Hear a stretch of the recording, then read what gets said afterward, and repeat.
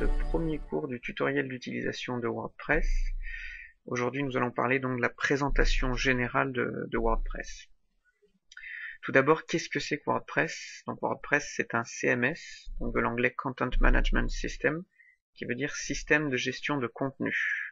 Donc c'est un outil qui permet de gérer des contenus, et plus précisément des contenus sur Internet. Initialement, c'était un outil qui était prévu pour créer des blogs. Maintenant, ça a beaucoup évolué. Ce serait une erreur de croire que WordPress c'est uniquement pour faire des blogs. WordPress, ça permet également aujourd'hui de réaliser des sites internet complets. Pourquoi choisir la solution WordPress? Tout d'abord parce que c'est une solution gratuite. Comme vous le voyez sur ce site internet, on peut la télécharger gratuitement et elle est open source, ce qui veut dire qu'on peut la modifier, la redistribuer gratuitement. Ensuite, c'est l'outil le plus utilisé pour faire des sites internet dans le monde. Aujourd'hui, on a 66 millions de sites internet qui sont gérés par WordPress. Là, on voit dans ce graphique, par exemple, la part de marché de WordPress par rapport aux autres CMS. Donc en bleu, c'est la part de marché de WordPress. Ici en orange, ce sera Joomla, le deuxième, et en jaune, Drupal, le troisième. Ensuite, WordPress dispose d'une forte communauté, donc il est très bien documenté. Et en plus, cela fait qu'il y a peu de risques que WordPress s'arrête ou que pour une raison ou pour une autre, on arrête de travailler sous WordPress. Ensuite, WordPress propose tout un tas de thèmes et de plugins. Donc, sur le site, ici, on a des plugins qui sont gratuits, certains sont payants, la plupart sont gratuits, des plugins qui permettent d'augmenter les possibilités, d'augmenter les fonctionnalités de WordPress. Et les thèmes vont permettre justement de choisir ce à quoi va ressembler notre site internet. Il existe des thèmes gratuits, des thèmes payants. Souvent les thèmes payants sont plus professionnels. Après on peut soi-même, si on a des compétences en développement et en intégration, créer son propre thème. Ensuite, il faut savoir que comme WordPress est l'outil le plus utilisé, n'importe quel développeur web connaît généralement WordPress, c'est travailler avec cet outil et c'est développer avec cet outil. Donc c'est un fort avantage parce que quand bien même votre prestataire vous laisserait tomber, un autre prestataire sera à même de reprendre le développement de WordPress. C'est un outil qui est mis à jour très régulièrement. Donc là nous en sommes à la version 3.6.1, donc les prochains cours porteront sur cette version sauf s'il y a une mise à jour entre temps. C'est un outil qui est facile d'utilisation. Donc ça, c'est le retour souvent des clients quand on les conseille de basculer d'une autre solution vers WordPress. Ils sont stupéfaits de la facilité, de l'ergonomie, de la facilité d'utilisation. Et enfin, c'est une solution qui est adaptée dès lors qu'on souhaite faire du référencement. Il propose nativement certains outils. Ensuite, il y a des plugins qui existent qui permettent d'améliorer le référencement naturel. Il existe d'autres solutions, dont notamment Drupal et Joomla, on en a parlé. Elles sont un peu moins utilisées, souvent moins ergonomiques, plus compliquées à utiliser et moins bien documentées. Donc c'est pour ça que nous, on va vraiment conseiller la solution de WordPress pour créer un site internet, hormis dans certains cas. Comment est-ce qu'on peut héberger un site WordPress? Donc il existe plusieurs solutions. Tout d'abord, il y a des hébergeurs gratuits de type wordpress.com, par exemple, qui permettent de créer plus souvent un blog qu'un site internet et on aura un nom de domaine du type monsite.wordpress.com. Sinon, il existe des hébergements payants, donc par exemple OVH que je conseille.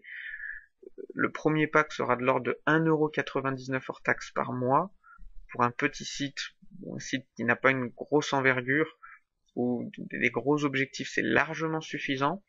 De plus, OVH propose gratuitement, lorsqu'on choisit son pack, d'installer, on le voit ici, l'outil WordPress. Donc encore une fois, ils l'ont classé dans les blogs, mais ça c'est juste une utilisation de base. Maintenant, WordPress permet de faire autre chose que des blogs. Comment ça marche WordPress? Donc là, je suis sur un site que je viens tout juste d'installer. Donc on tombe sur un design assez basique, qui est le design donc proposé de base dans WordPress une fois qu'il est installé. On pourra éventuellement voir plus tard comment installer un site WordPress, surtout si on souhaite s'héberger soi-même. Donc pour pouvoir accéder à l'interface d'administration, il va falloir prendre le nom de domaine ou l'adresse d'accès au site WordPress utilisé. Donc dans mon cas c'est localhost/tuto/. Ça peut être www.monsite.com/ et on va rajouter wp-admin. Donc ce sera toujours wp-admin. Si votre site c'est monsite.com, ce sera /wp-admin/. Donc ici on tombe sur une interface de connexion. Il faut savoir que WordPress peut avoir plusieurs utilisateurs et que chacun de ces utilisateurs peut appartenir à un groupe d'accès différent. Ce qui veut dire que certains utilisateurs auront la possibilité d'éditer et de modifier certains contenus et que d'autres n'auront pas cette possibilité peut-être d'éditer ou de modifier d'autres contenus. Donc une fois qu'on a rentré son identifiant et son mot de passe, on clique sur se connecter.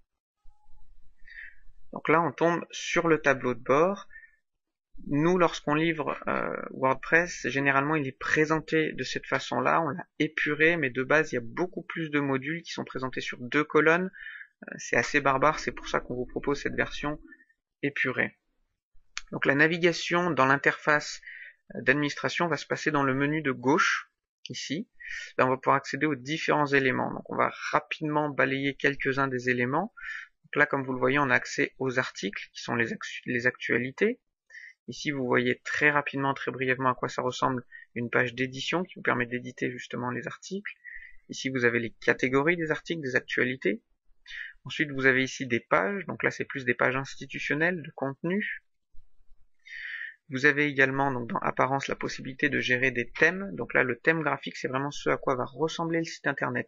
Ça ne change en aucun cas le contenu, mais uniquement vraiment l'apparence du site internet. Donc là, notre site internet ressemble à ça. Si par exemple, je vais activer ce thème graphique, mon site internet désormais ressemblera à ceci.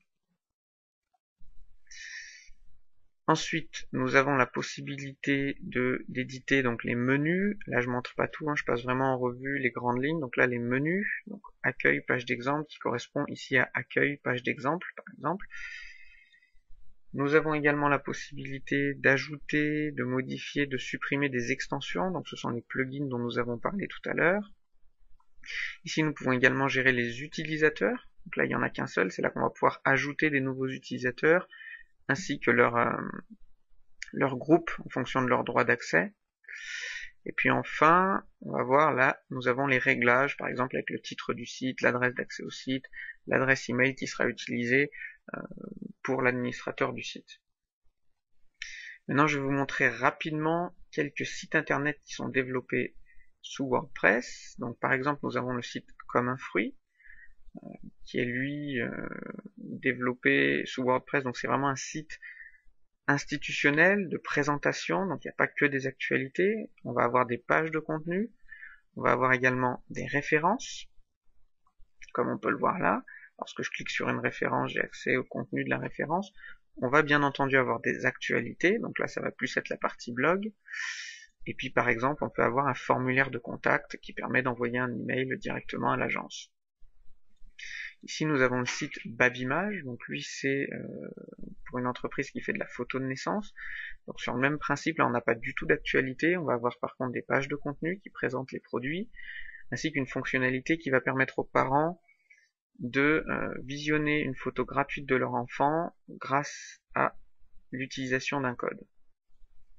Ensuite, on va avoir le site DM Trading, qui lui propose des formations de trading sur Internet. Donc en plus des pages de contenu et des actualités, là on va carrément avoir la possibilité de voir une formation, son contenu, ainsi que de s'inscrire à une formation et de payer le montant de la formation directement en ligne.